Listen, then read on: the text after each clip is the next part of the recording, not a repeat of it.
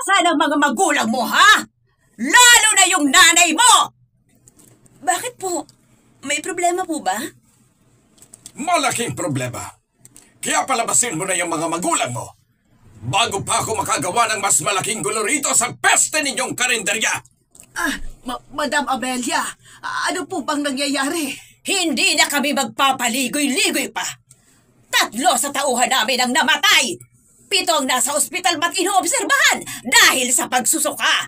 Wala naman silang ibang kinain kahapon kundi pagkain nyo lang. Po? Food poisoning po ba sinasabi ninyo? Ma'am, imposible po. Bagong luto po lang. Imposible! Sinasabi mo bang nagsisinungaling kami? Na gumagawa kami ng kwento, ha? At ano namang mapapala namin kung masira namin kayo? Hindi po. Ang ibig ko lang pong sabihin, Ang ibig mong sabihin, wala na kayong kawala. Mananagot kayo sa ginawa ninyo. Ay, grabe naman, oh. Sumakit daw yung tiyan. Parang, ano daw, ma'am, sir. Baka naman pwedeng idaan natin sa maayos na usapan.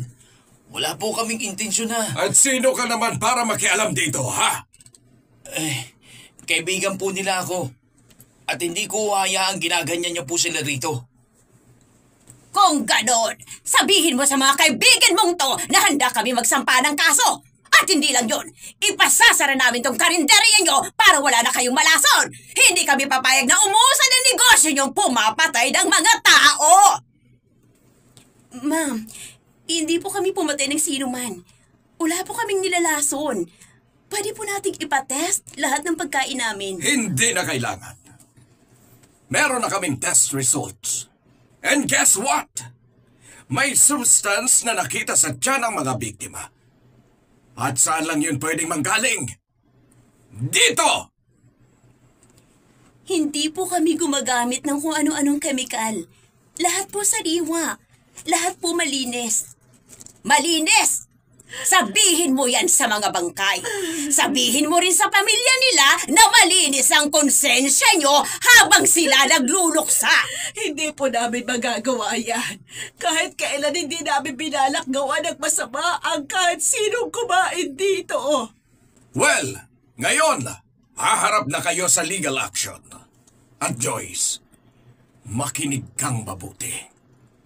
Kung sa tingin mo, makakapagtago kayo, nagkakamali ka! Hindi po kami magtatago. Mabuti. Dahil babalikan namin kayo. At sa susunod, hindi na lang